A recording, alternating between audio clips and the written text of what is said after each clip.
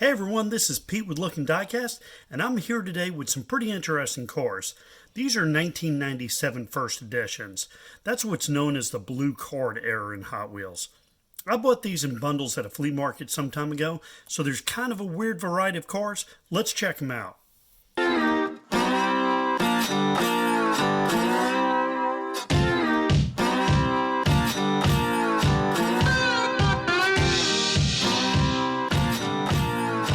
1997, there were 12 cars issued in the first edition series. I'm going to go through 6 of the 12, and I'm just going to take these in the order that they're numbered. First up is number 1 in the series, the Firebird Funny Car. This is a seriously awesome car. It's really heavy. The base is metal and the body is metal, painted with that classic Hot Wheels metal flake blue. There are so many sponsor tampos on this car. Unfortunately, they aren't very clear with the exception of the Goodyear logo, and for sure the massive Hot Wheels logo on the side and hood. By far the best feature of this car is the flip-up body. It's a real neat feature that we don't see so much anymore in the mainline releases.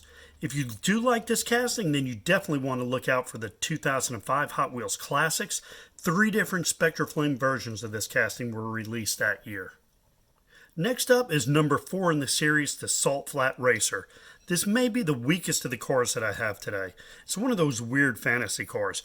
It ran until 2008 and it hasn't been seen since, but it has been in some really oddball series like the Mutant Biotronic Kingdom set and Insecticide. This vehicle is a single-seater with a red plastic body.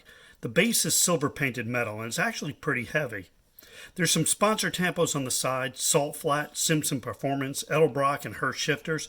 A lot of detail in a really small area. It's got 5-spoke chrome rims.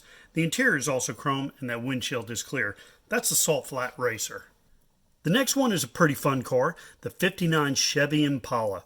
It's number 5 of 12 in the set. It's listed on the Hot Wheels fandom website as pink, but this is definitely more of a purple or a lavender. This is a really well done casting, and I particularly like the rear fenders with that Hot Wheels logo.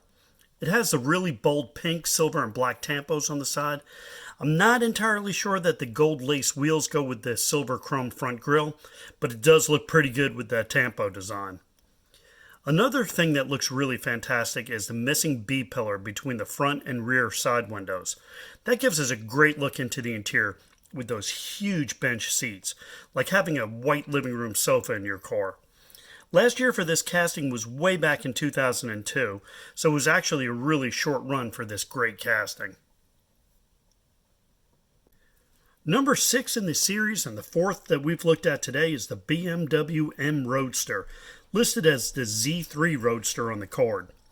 This was another short-lived casting. Its final edition was the same as the Impala, 2002.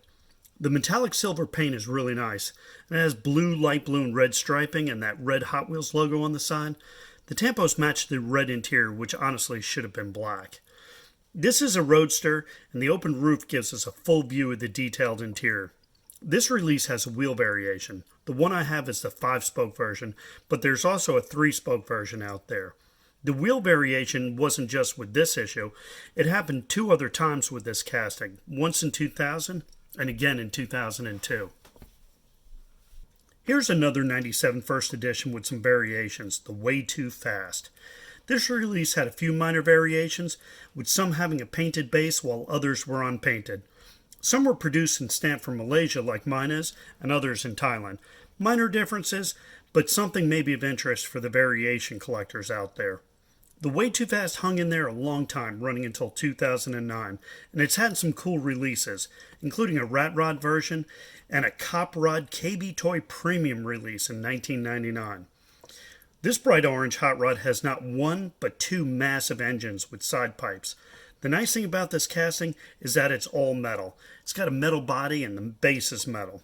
The interior is chrome and the roofline is chopped down low. It's got a checkerboard roof and the tires are 5-spoke big and littles. This was number 7 of 12 and a really cool casting. So the story with this next one is a little odd.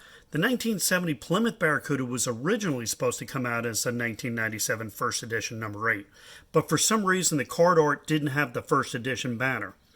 The other vehicles in this series have a list of all the cars in this series on the back of their cards, and they all include the Barracuda, so that's pretty definitive that the Barracuda was supposed to be in this set as number 8.